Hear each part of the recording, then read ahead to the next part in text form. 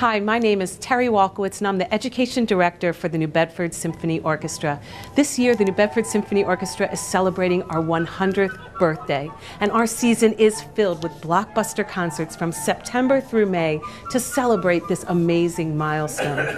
Our education programs are also celebrating our birthday as we set out to do something that no other orchestra has ever done, to have 4,000 children compose a new piece for orchestra with a world premiere by the New Bedford Symphony Orchestra just for them. This is all part of our Learning in Concert program.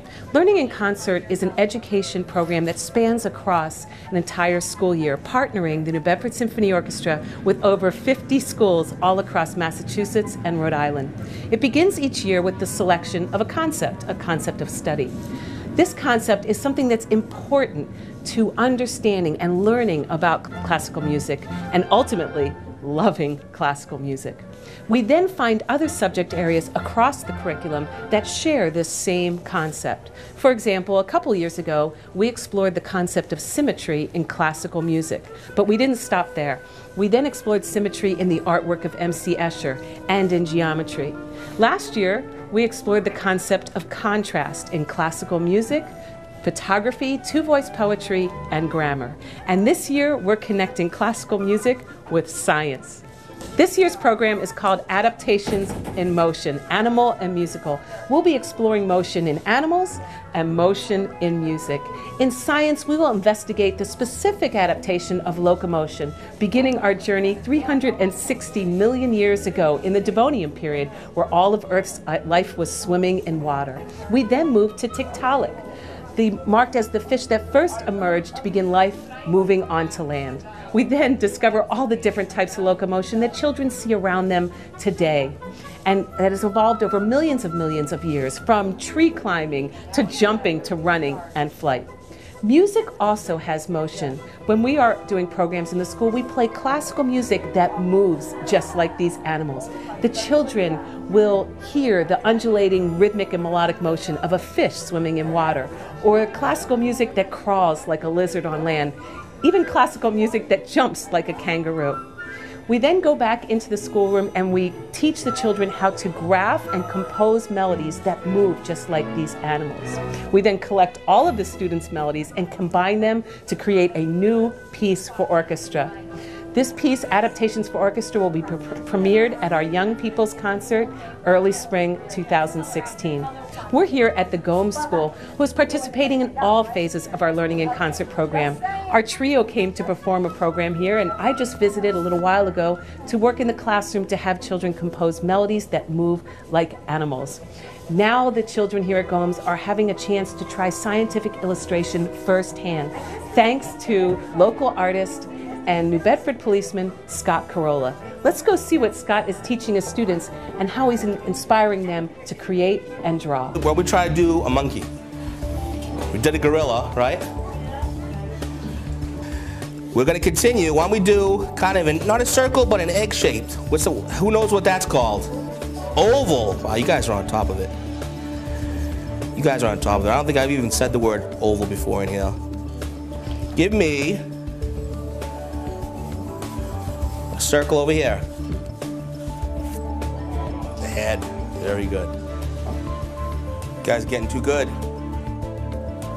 My name is Elaine Santos, and I am a grade 5 teacher at the Alfred J. Gomes School. My class was privileged this season to have the New Bedford Symphony Orchestra's Learning in Concert program under the auspices of Lieutenant Scott Carolla. He's been coming weekly into my classroom and offers art lessons to my children. Of interest, it's made a huge difference in the capacity to learn, in their ability to see detail. He's a gift. At the center of the Learning in Concert program is the idea that children learn best by making connections. By exploring a concept like motion across subject areas, it allows the children to create a deeper and stronger understanding than would have been possible by study in one subject alone. This year, with our exploration of classical music and science, more specifically biology, has led us to a unique partnership and collaboration with the Buttonwood Park Zoo. We are so fortunate to have them working with our Learning in Concert program this year, and they have been incredibly generous to donate a free pass to every one of the students participating in our Learning in Concert program. That's over 10,000 children receiving a free pass to the zoo right here in New Bedford. When we work with the students in the Learning in Concert program, we teach them about TRAM. TRAM is an anagram that stands for tempo, range, and motion. We teach the children to use TRAM as a tool to analyze motion in music and motion in animals. When they come to the zoo, there's a whole different activity for them to still experience TRAM. When they receive their free passes, there's a scavenger map that shows the map of our zoo. At each of the X's on the map is a different type of animal locomotion, from swimming to climbing to crawling, running, and flight.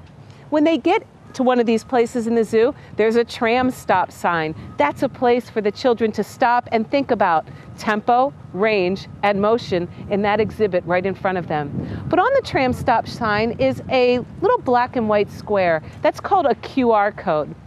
If the parents download a free QR reader app on their cell phone and simply hold the app to the tram stop sign, it will launch a video of the New Bedford Symphony Orchestra musicians playing music that moves just like those animals. He's coming to us. It looks really cool. Yeah. He's coming. He's coming to me up.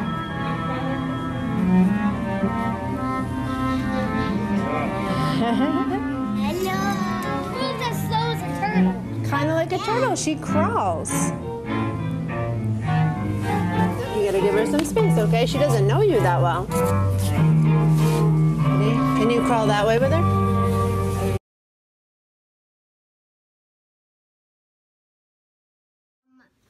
I saw that these two were the same as these two, and then we kept the glide. It's different because this one's going down and then it goes up to a glide, and this one stays in the upward motion and just keeps going up, like flap, flap, glide. We expanded it from F and E to C and D. High D. This one reversed it with this one. So it goes long, short, short, short, short, long. It's the same in the fact how it goes, how there's motion and then rest, like motion, rest, motion, rest.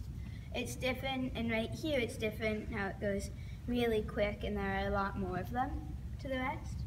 Here there are more of them. Right here they skip to the rest. We sometimes when we would jump up, we would stay there, just as we did when the fish would go up and glide. So, like here, he was staying up in the air, and then here he was staying lower. He stayed low to the ground. An awesome jumping melody.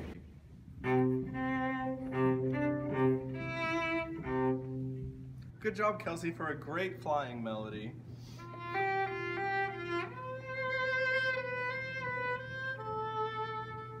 Great jumping melody, Marin.